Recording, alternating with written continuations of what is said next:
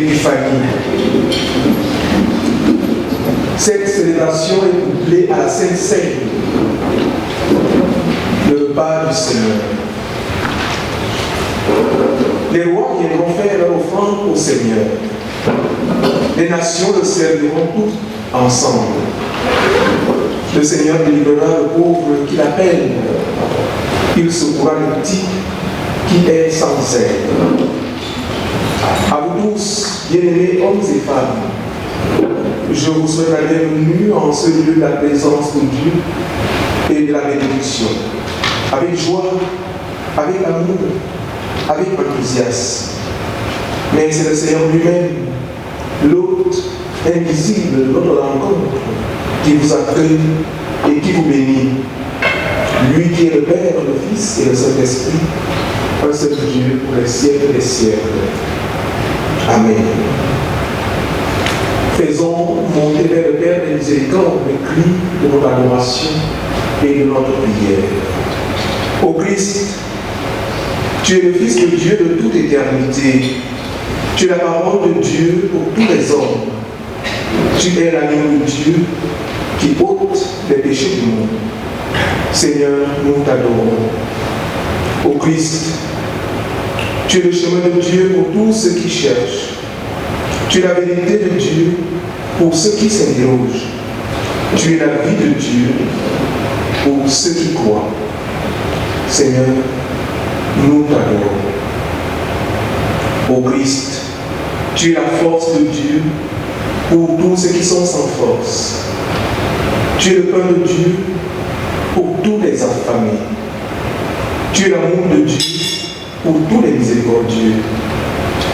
Seigneur, nous t'adorons. Ô Christ, splendeur du Père, engendré avant tous les temps et toutes les créatures.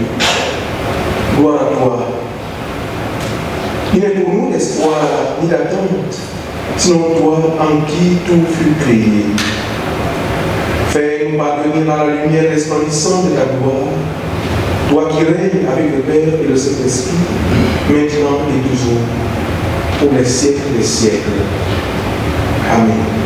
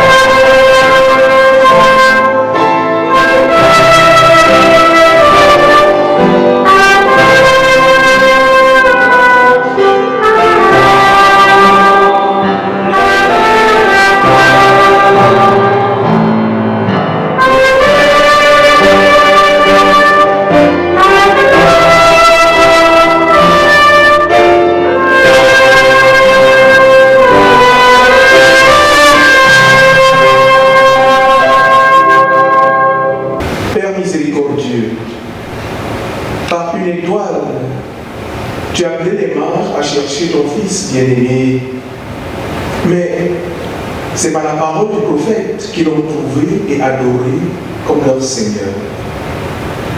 À nous aussi, tu as fait connaître ta parole, afin qu'elle nous conduise au Christ qui resplendit maintenant pour nous telle une étoile brillante. Donne à tous ceux qui n'ont pas encore entendu cette bonne nouvelle de la découvrir à leur tour et d'accueillir avec joie celui que tu nous envoies, Jésus-Christ, ton Fils, notre Sauveur. Amen. Je vous prie de prendre place.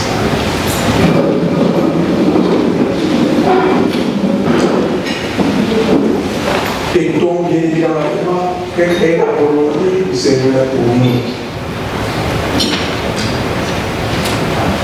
L'Éternel parle et dit: célébrez les voies du Seigneur. Grande est la gloire de l'Éternel. Il est là-haut. Il voit ce qui est humble. De loin, il repère l'orgueilleux. Bien-aimés, face à cette volonté, nous nous rendons bien compte que nous n'avons pas su célébrer et suivre les voies du Seigneur. Car nous ne sommes pas humbles, pas du tout. Nous sommes orgueilleux. En conséquence, je nous invite à dire notre mal à Dieu. Seigneur, les fêtes de fin d'année appartiennent déjà au passé. Nous oublions très vite ton initiative, tes promesses et ta bénédiction, et sommes tentés de vivre comme si le règne, la puissance et la gloire nous appartiennent. Pardonne ce laisser-aller, Seigneur, et rappelle-nous que pour subsister, il faut, comme ton Fils, garder le contact avec toi et nous occuper des affaires de notre Père qui est aux cieux. Pour l'amour du Christ, aie pitié de nous, Seigneur, et pardonne-nous. Amen. Veuillez vous lever maintenant pour accueillir le pardon de Dieu.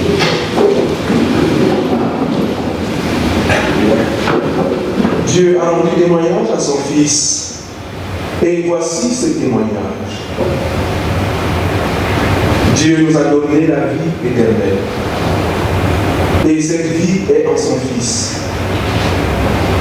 Celui qui a le Fils a la vie. Vos péchés sont pardonnés en son nom. Amen. Et toi, mon âme, bénis le Seigneur et n'oublie aucun de ses bienfaits. Pour manifester notre reconnaissance au Dieu de notre salut, nous allons chanter le cantique numéro 6, l'hymne chrétien, strophe 3.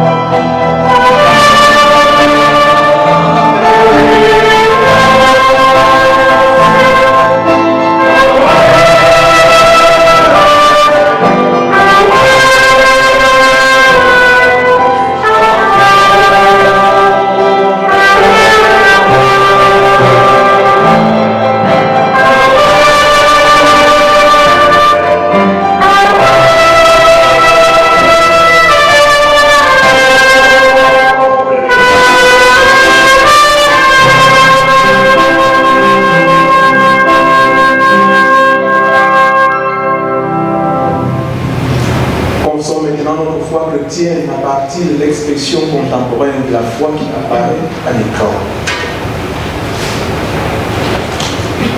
On croit en Dieu, le Père Tout-Puissant, Créateur du ciel et de la terre.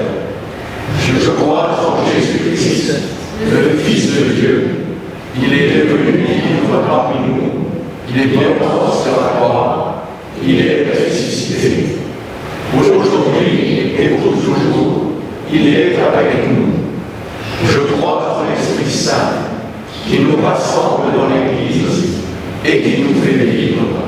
Amen. Seigneur, nous te remercions de nous avoir réunis en ta présence pour nous révéler ton amour et nous soumettre à ta volonté.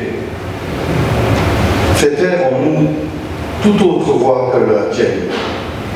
Et de peur que nous ne trouvions notre condamnation dans ta parole, entendue sans être reçue, connue sans être aimée, écoutée sans être mise en pratique, ouvre par ton Esprit Saint nos esprits et nos cœurs à ta vérité. C'est notre prière au nom de Jésus-Christ, la parole faite chair et qui a habité parmi nous. Amen. La première lecture se trouve dans Ésaïe 60, versets 1 à 6. Lève-toi, sois éclairé, car ta lumière arrive et la gloire de l'Éternel se lève sur toi. Voici, les ténèbres couvrent la terre et l'obscurité les peuples. Mais sur toi, l'Éternel se lève, sur toi, sa gloire apparaît. Des nations marchent à la lumière et des rois à la clarté de tes rayons. Porte tes yeux alentour et regarde. Tous, ils s'assemblent, ils viennent vers toi. Tes fils arrivent de loin et tes filles sont portées sur les bras. Tu tressailleras alors que tu te réjouiras et ton cœur bondira et se dilatera quand les richesses de la mer se tourneront vers toi, quand les trésors des nations viendront à toi. Tu seras couverte d'une foule de chameaux, de dromadaires de Madian et d'Épa. Ils viendront tous de Séba. Ils porteront de l'or et de l'encens et publieront les louanges de l'Éternel. La seconde lecture se trouve dans Éphésiens 3, versets 1 à 7. À cause de cela, moi, Paul, le prisonnier de Christ pour vous, païens, si du moins vous avez appris quelle est la dispensation de la grâce de Dieu qui m'a été donnée pour vous. C'est par révélation que j'ai eu connaissance du mystère sur lequel je viens d'écrire en peu de mots. En les lisant, vous pouvez vous représenter l'intelligence que j'ai du mystère de Christ. Il n'a pas été manifesté aux fils des hommes et dans les autres générations comme il a été révélé maintenant par l'Esprit aux saints apôtres et prophètes de Christ. Ce mystère, c'est que les païens sont co-héritiers, forment un même corps et participent à la même promesse en Jésus-Christ par l'Évangile dont j'ai été ministre, selon le don de la grâce de Dieu qui m'a été accordé par l'efficacité de sa puissance. Nous lirons dans Matthieu chapitre 2, versets 1 à 12. C'est le texte qui servira de support à la prédication de ce jour. Jésus étant né à Bethléem en Judée, au temps du roi Hérode, voici, des mages d'Orient arrivèrent à Jérusalem et dirent : où est le roi des Juifs qui vient de naître ? Car nous avons vu son étoile en Orient et nous sommes venus pour l'adorer. Le roi Hérode, ayant appris cela, fut troublé, et tout Jérusalem avec lui. Il assembla les principaux sacrificateurs et les scribes du peuple, et il s'informa auprès d'eux où devait naître le Christ. Ils lui dirent : à Bethléem, en Judée, car voici ce qui a été écrit par le prophète. Et toi, Bethléem, terre de Juda, tu n'es certes pas la moindre entre les principales villes de Juda, car de toi sortira un chef qui fera paître Israël, mon peuple.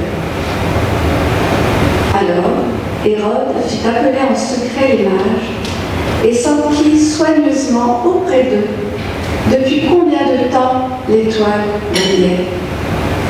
Puis, il les envoya à Bethléem en disant : allez et prenez des informations exactes sur le petit enfant. Quand vous l'aurez trouvé, faites-le-moi savoir, afin que j'aille aussi moi-même l'adorer. Après avoir entendu le roi, ils partirent. Et voici, l'étoile qu'ils avaient vue en Orient marchait devant eux, jusqu'à ce qu'étant arrivée au-dessus du lieu où était le petit enfant, elle s'arrêta. Quand ils aperçurent l'étoile, ils furent saisis d'une très grande joie. Ils entrèrent dans la maison, virent le petit enfant avec Marie, sa mère, se prosternèrent et l'adorèrent. Ils ouvrirent ensuite leur trésor et lui offrirent en présent de l'or, de l'encens et de la myrrhe. Puis, divinement avertis en songe de ne pas retourner vers Hérode, ils regagnèrent leur pays par un autre chemin. Seigneur, à qui d'autre irions-nous ? Ta parole est la vérité et la vie. Sanctifie-nous par ta parole. Amen. Nous chanterons le cantique numéro 7, il est né, le divin enfant, les strophes 1 à 3.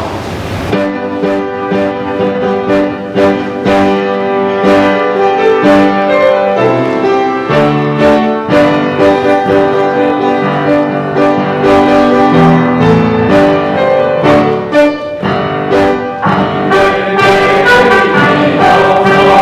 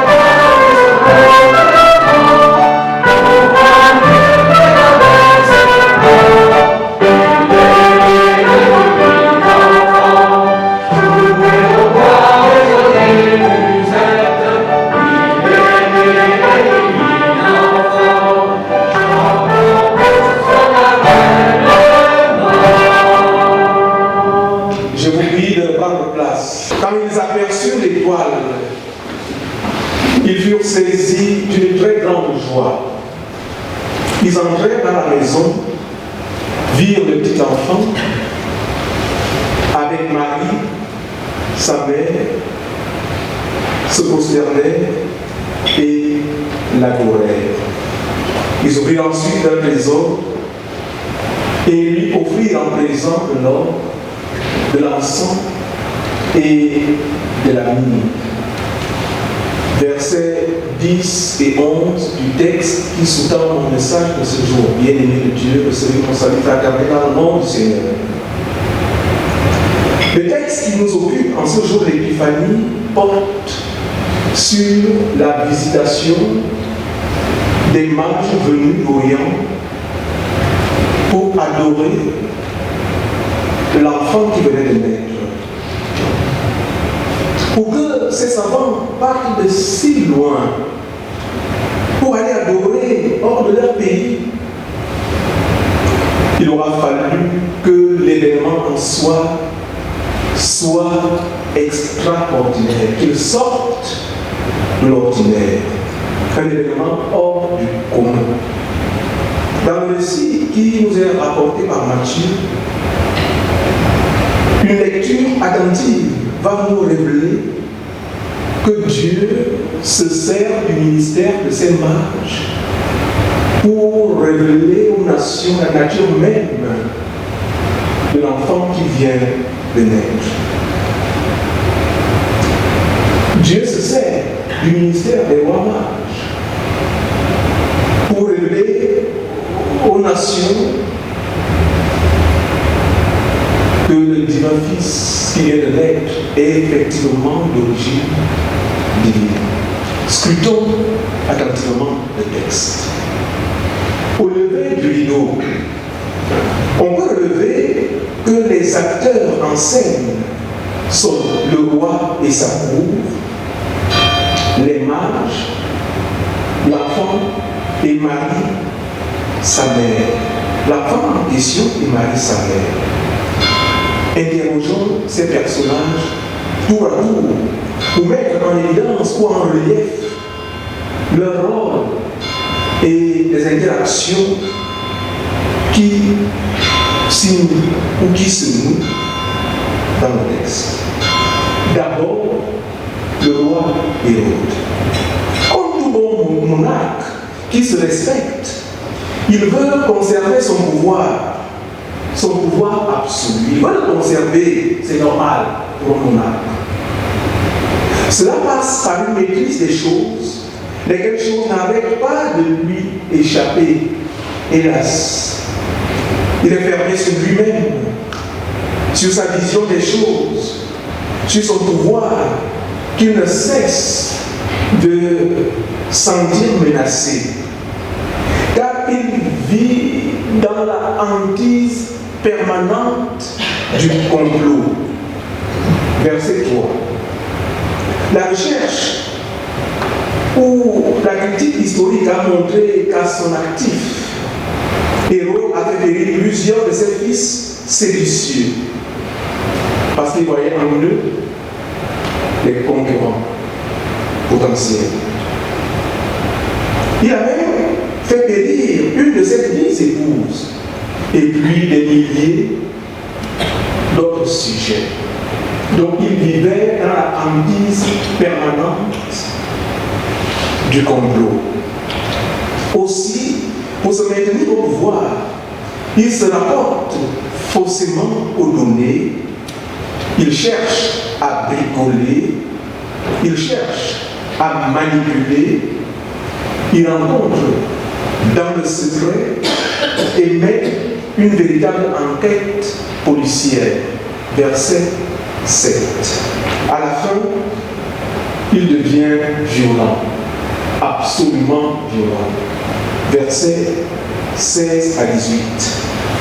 Car la violence, voyez-vous, est inhérente à son être même. In fine, le plus grand danger dans la ville ne doit pas être l'annonce d'une naissance, non, mais le trouble d'Hérode qui conduit fatalement à la violence, une de plus.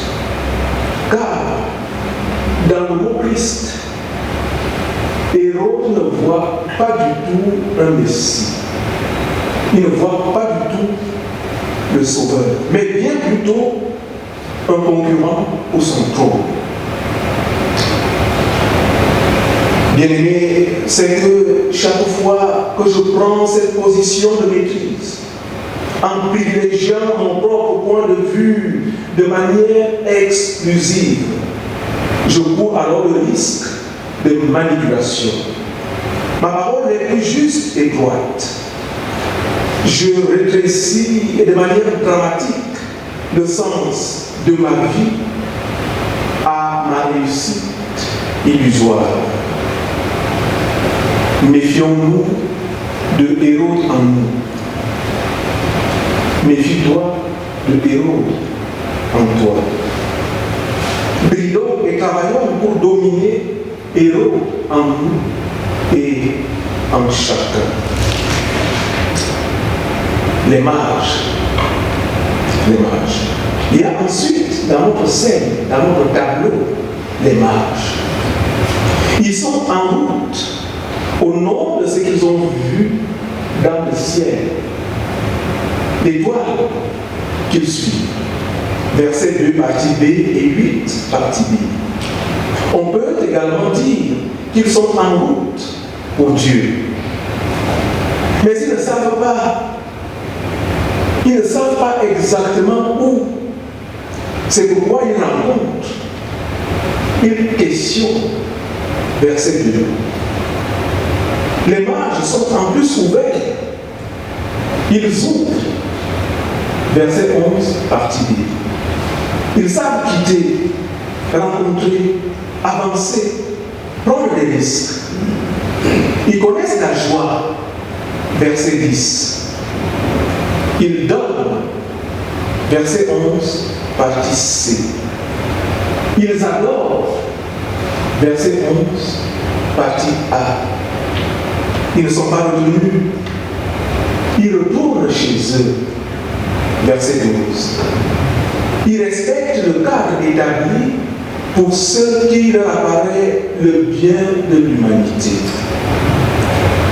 Frères et sœurs dans le Seigneur, chaque fois que je fais confiance à ce qui advient, chaque fois que je joue le jeu et que je mets en œuvre ce qui m'est proposé pour le salut de tous, je maintiens modestement le sens commun de la vie en moi et en les autres. Agis donc pour que la vie en toi et en les autres soit porteuse d'avenir et donc pour l'humanité tout entière.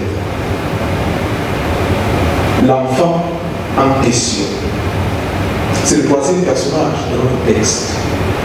L'enfant est également l'un des acteurs de notre texte, bien qu'il demeure pour le moment emmailloté, vulnérable, mais disponible. Dans notre texte, cet enfant est déclaré roi des Juifs. Verset 2. Remarquons qu'il sera également reconnu roi des Juifs lors de sa passion. Et ça, on peut le vérifier dans Matthieu chapitre 27, verset 11, 37, Luc chapitre 23, verset 3. Il pourra alors attirer tout à lui. Et c'est la prophétie d'Ésaïe 53 qui nous le dit. Mais pour le moment, il est encore en croissance. Il ne parle pas. Il ne retient pas les mages qui viendront avec beaucoup d'autres encore vers lui. Ce roi, ce Messie, ce serviteur, ce Dieu fait homme. Bien-aimé, c'est que chaque fois que je laisse la nouveauté surgir, que je l'accueille à mon capacité présente, que je me tends vers elle, que je désire que cela change pour le bien de tous et non seulement pour mes intérêts égoïstes. Chaque fois que je laisse un sens nouveau advenir,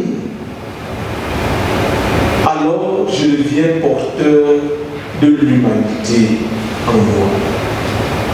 Agis donc le changement soit porteur de l'humanité en toi et en tous. La mère, quatrième personnage, c'est-à-dire Marie.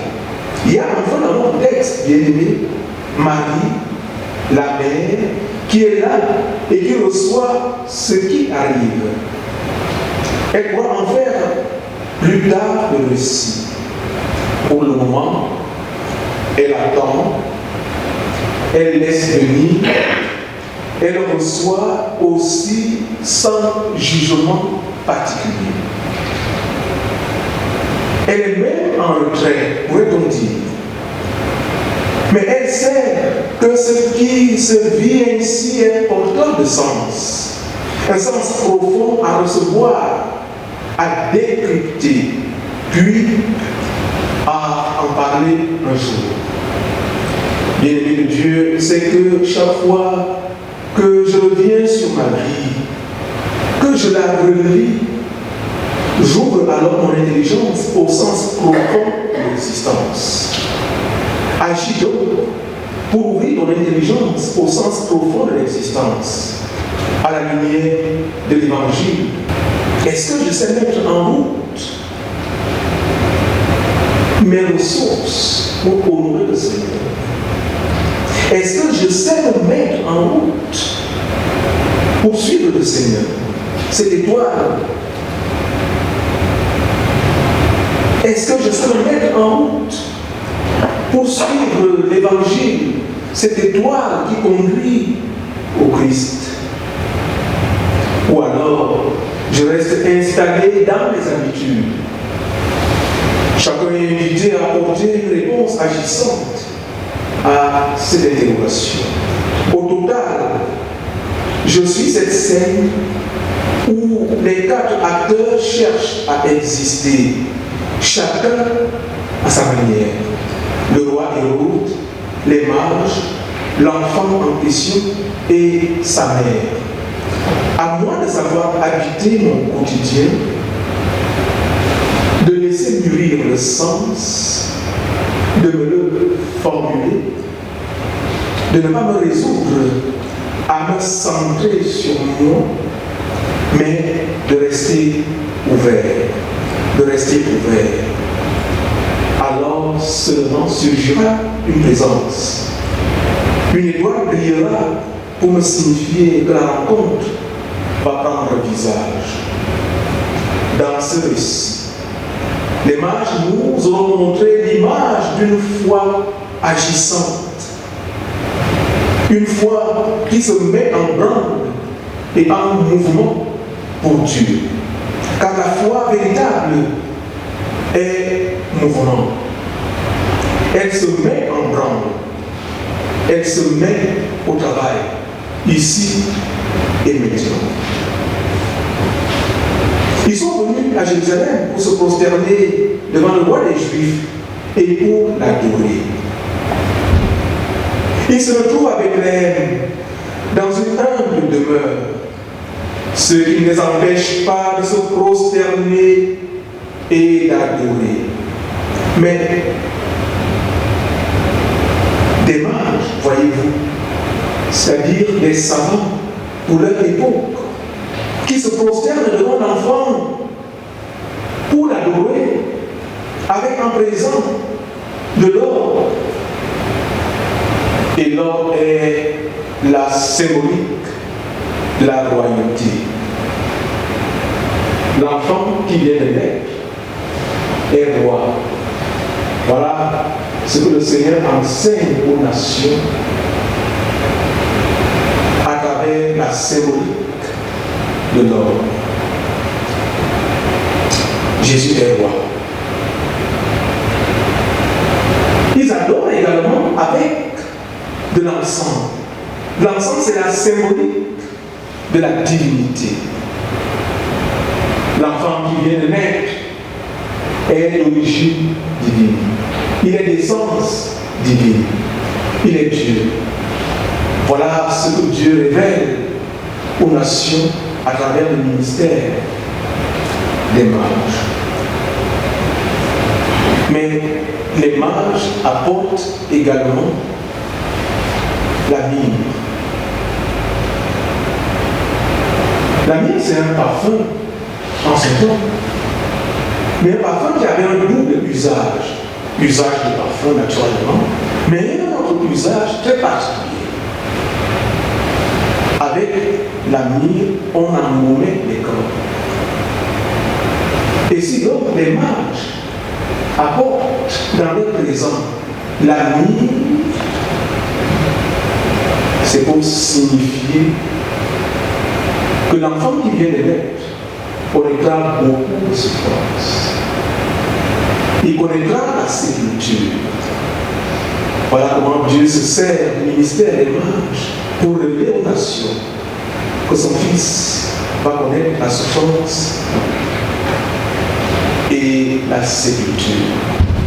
La souffrance et la sépulture sont inscrites dans le ministère de Jésus.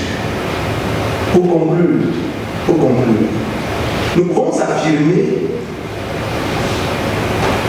que les mages ont fait des choses spirituelles qui va du Christ, de leur compréhension, au Christ de la révélation. Le Christ de la révélation. En cela, ils accomplissent les Écritures. Ils accomplissent les Écritures. Par leur ministère et donc par l'office de leur présence, ils proclament la royauté, la divinité et la passion du Christ. Plus tard, parvenu à l'âge, la raison et du ministère, Jésus lui-même précisera que cette royauté n'est pas temporelle, mais spirituelle. Ces mages venus d'Orient représentent alors tous les peuples du monde, le monde entier et donc de l'humanité entière. Ils représentent également tous ceux qui sont prêts à abandonner leur routine et leur confort pour partir à la recherche de ce qu'ils désirent profondément. Voilà la figure des mages. Et à ce titre, ils sont les premiers témoins de l'Évangile qui se prosternent devant Jésus. Ils seront suivis par tant d'autres pendant les millénaires. Et nous aussi, avec eux, ici et maintenant, nous sommes à la suite des mages. Et c'est pourquoi nous sommes tous là, vous et moi. Quand ils aperçurent l'étoile, ils furent saisis d'une très grande joie. Ils entrèrent à la maison, virent le petit enfant avec Marie, sa mère, se prosternèrent et l'adorèrent. Ils ouvrirent ensuite leur trésor et lui offrirent en présent de l'or, de l'encens et de la myrrhe. Jésus est roi. Jésus est Dieu. Ce Dieu homme connaîtra la souffrance et la sépulture. Il donnera sa vie pour que j'aie la vie. Il mourra pour que par sa mort, tu aies la vie. Amen.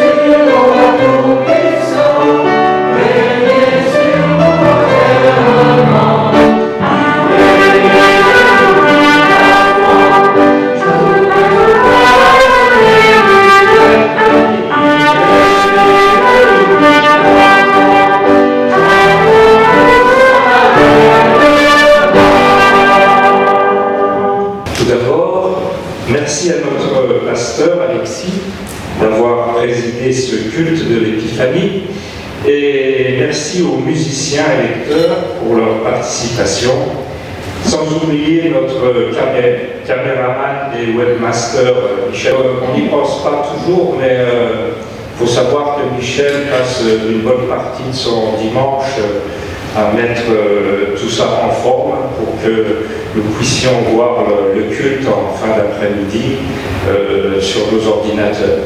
Voilà, merci Michel. Demain, c'est la rentrée. Les activités habituelles vont donc reprendre au cours de la semaine. Jeudi, à partir de 9h, l'équipe d'entretien se remettra à l'ouvrage. Toutes les bonnes volontés sont les bienvenues.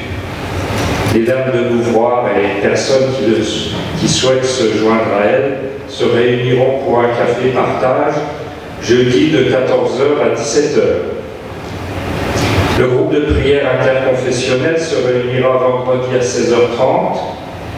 Dimanche prochain, 9 janvier à 10h, nous aurons un culte café et galette des rois, ici au foyer, si les conditions sanitaires le permettent. Le pass sanitaire est bien sûr indispensable.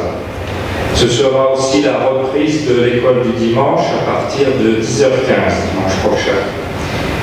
Le dimanche 16 janvier à 10h30, nous accueillerons Stéphane Cam, archiprêtre de Saint-Maximin, pour un échange de chair dans le cadre de la semaine de l'unité des chrétiens. Il assurera la prédication.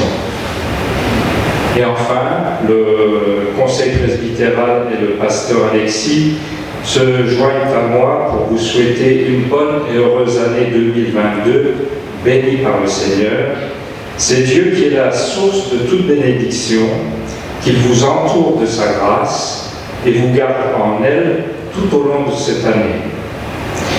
Et je voudrais vous inviter maintenant à avoir une pensée pour les personnes qui ont des soucis de santé actuellement. Nous avons appris ce matin que Marie-Claire Cutte est souffrante et que son compagnon Patrick est hospitalisé.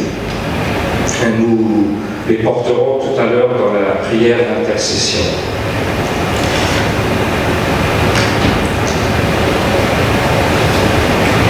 Avant de recueillir notre offrande, qui est une réponse à la parole du Seigneur, je vous invite à la prière. Seigneur, nous te rendons grâce pour les dons que, jour après jour, nous recevons de ta bonté. Accepte cette offrande comme un signe de notre amour et de notre consécration à ton service. Amen.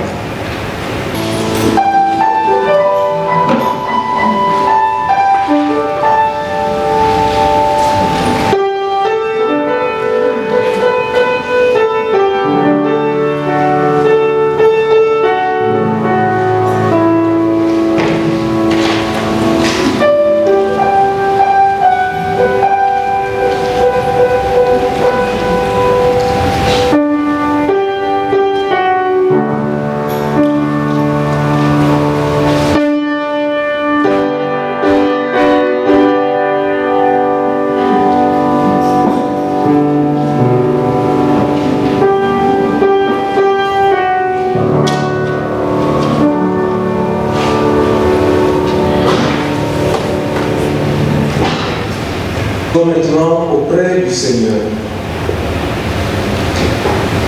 Au Christ manifesté dans la chair, sanctifie-nous par l'évangile et la prière. Seigneur, exauce-nous. Au Christ justifié dans l'esprit, délivre-nous de toute idolâtrie. Seigneur, exauce-nous. Au Christ contemplé par les anges, fais-nous goûter sur la terre aux joies de ton royaume. Seigneur, exauce-nous. Ô Christ, annoncé aux païens, ouvre le cœur des hommes à la puissance de l'Esprit Saint. Seigneur, exauce-nous. Ô Christ, reconnu dans le monde. Renouvelle la foi de tous les croyants.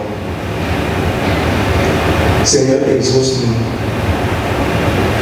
Au Christ, élevé dans la gloire, allume en nos cœurs le désir de ton règne. Seigneur, exauce-nous. Et dans le silence, confions à Dieu ce qui nous tient particulièrement à cœur.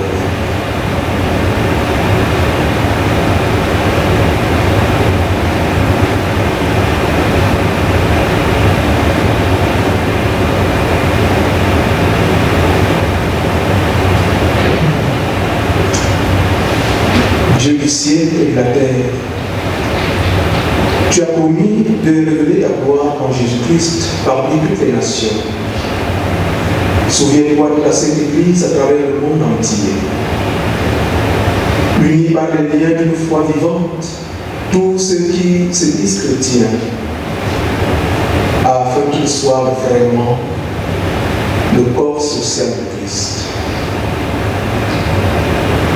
Dans ta miséricorde,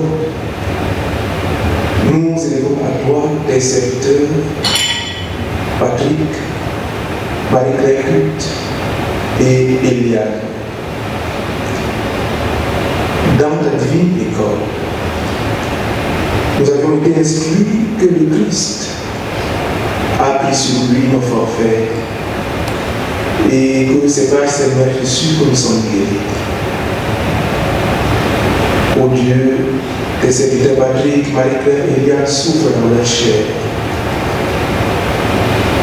Voilà pourquoi nous recourons au bénéfice de la rédemption générale pour eux. Et nous supplions de leur imputer sans tarder le bénéfice de la rédemption générale, car elle est accomplie lorsque le Fils unique a donné sa vie pour que nous ayons la vie, lorsqu'il est mort sur la croix pour que par sa mort, nous ayons la vie. Ô Dieu, impute-leur le bénéfice total de la rédemption générale, car tu le sais très bien par eux-mêmes, ils ne peuvent pas se l'approprier.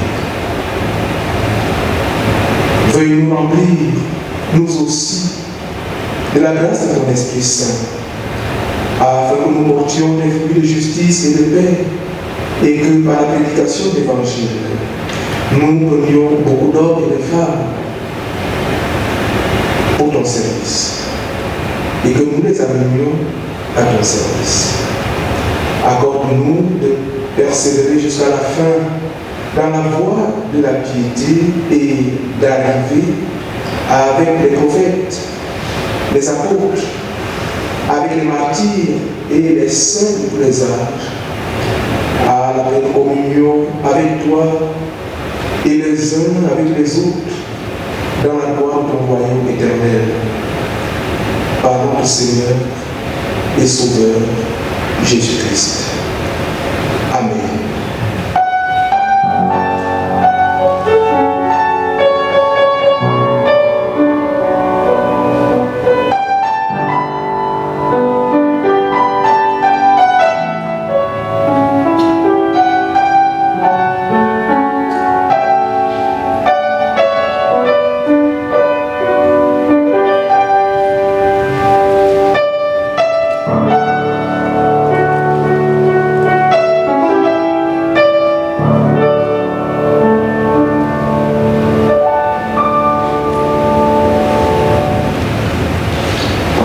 La Sainte Seine va être célébrée. Que la paix du Seigneur soit toujours avec vous. Amen. Faisons silence devant le Seigneur et contemplons le Seigneur.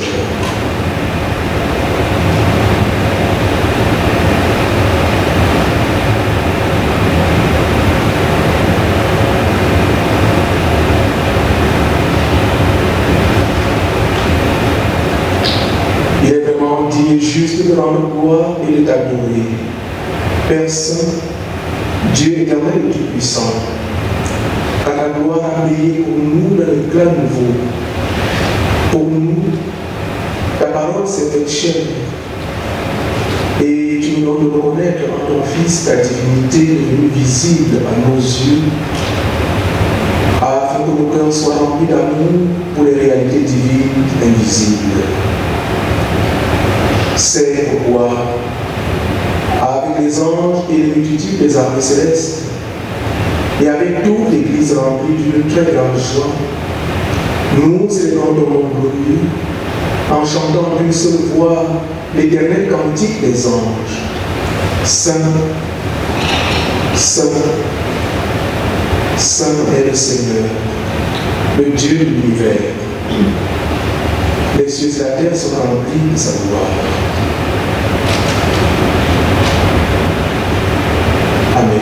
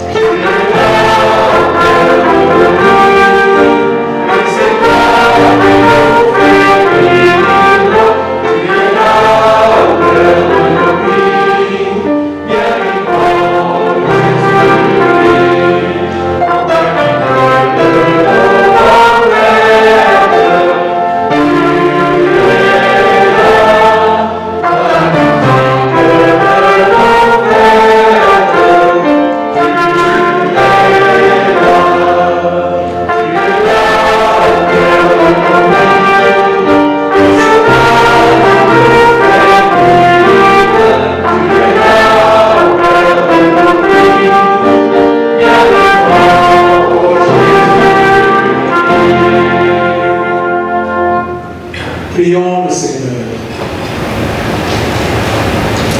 Béni sois-tu, Dieu Tout-Puissant, pour l'offrande que Jésus-Christ a faite sur la croix, en réparation pleinement suffisante pour les péchés du monde. C'est lui qui a institué ce mémorial perpétuel de sa mort. Nous ordonnons de le célébrer jusqu'à son retour. Voilà pourquoi, Seigneur Dieu, nous avons dressé cette table que nous donnons de lui. Dans l'attente de ce jour où il viendra dans sa gloire, et selon l'ordre qu'il nous a donné, nous plaçons devant toi, Seigneur Dieu Tout-Puissant, ce pain et ce vin, pour qu'ils soient les mémorials du sacrifice que le Christ a offert de son corps et de son sang, une fois pour toutes, sur la croix. En communion avec lui, nous te présentons, ô Dieu, notre sacrifice de louange, te suppliant de nous consacrer, nous et nos biens, à ton service, en offrande vivante et sainte. Envoie ton Saint-Esprit sur nous pour qu'il nous sanctifie. Et en recevant ce pain et ce vin, nous puissions communier au corps et au sang de ton Fils.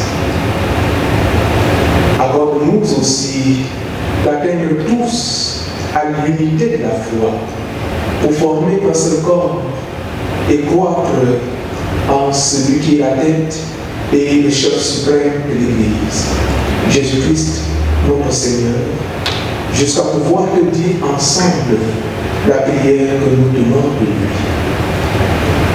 Notre Père, qui es aux cieux, que ton nom soit sanctifié, que ton règne vienne, que ta volonté soit faite sur la terre comme au ciel. Donne-nous aujourd'hui notre pain de ce jour. Pardonne-nous nos offenses, comme nous pardonnons aussi à ceux qui nous ont offensés.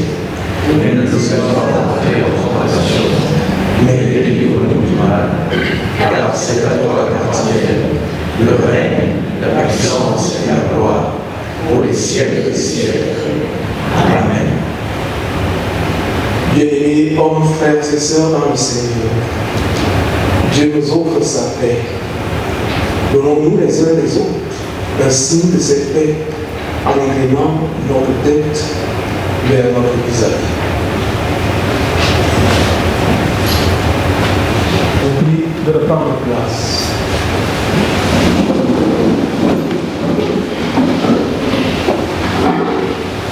La nuit où le Seigneur fut livré, il prit du pain. Et après avoir dit la bénédiction comme nous venons de le faire, il le rompit et le donna à ses disciples en leur disant: prenez et mangez-en tous. Faites ceci en mémoire de moi. Voilà pourquoi, en tant que pasteur, gardien du mystère de Dieu, esclave de Jésus-Christ et avorton de Dieu, je prends ce pain et je le romps devant vous, signe du partage et de la communion. Et je déclare solennellement que le pain que nous rompons est la communion au corps de notre Seigneur. En mangeant de ce pain, qu'il vous soit donné de communion au corps de notre Seigneur. Amen.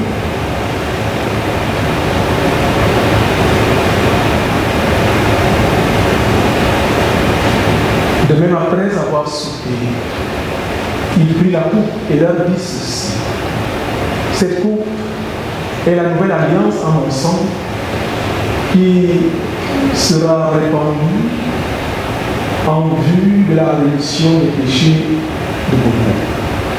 Chaque fois que vous ferez de même, faites-le en mémoire de moi. Voilà pourquoi je prends cette coupe. Et je déclare solennellement que la coupe de bénédiction pour laquelle nous rendons grâce est la communion au sang de notre Seigneur. En buvant de cette coupe, qu'il vous soit donné de communion au sang de notre Seigneur. Amen.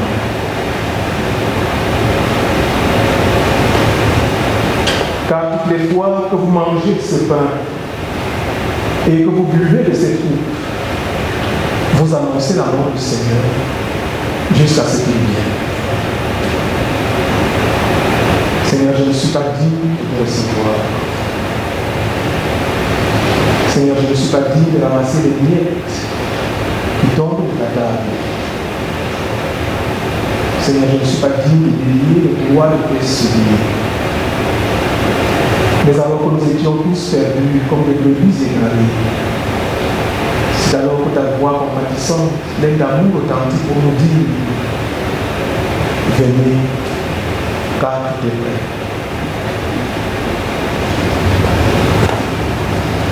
Le Seigneur parle et dit: ma chair est vraiment une nourriture, mon sang est vraiment un breuvage. Celui qui mange ma chair et boit mon sang,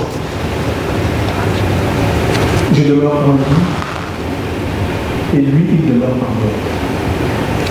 Heureux les invités au repas du Seigneur.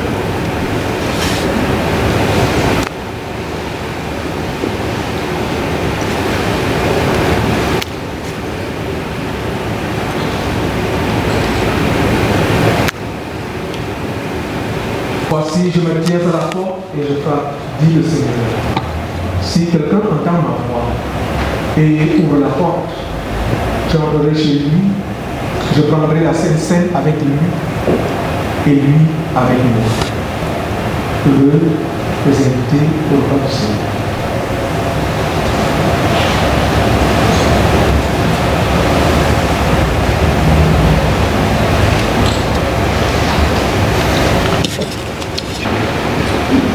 Bien-aimé, le Seigneur te garde de tout mal. Il garde ta vie. Le Seigneur bénit ton départ et ton arrivée. Partez maintenant. Vous êtes aimés de Dieu. Vous êtes bénis de Dieu. Amen.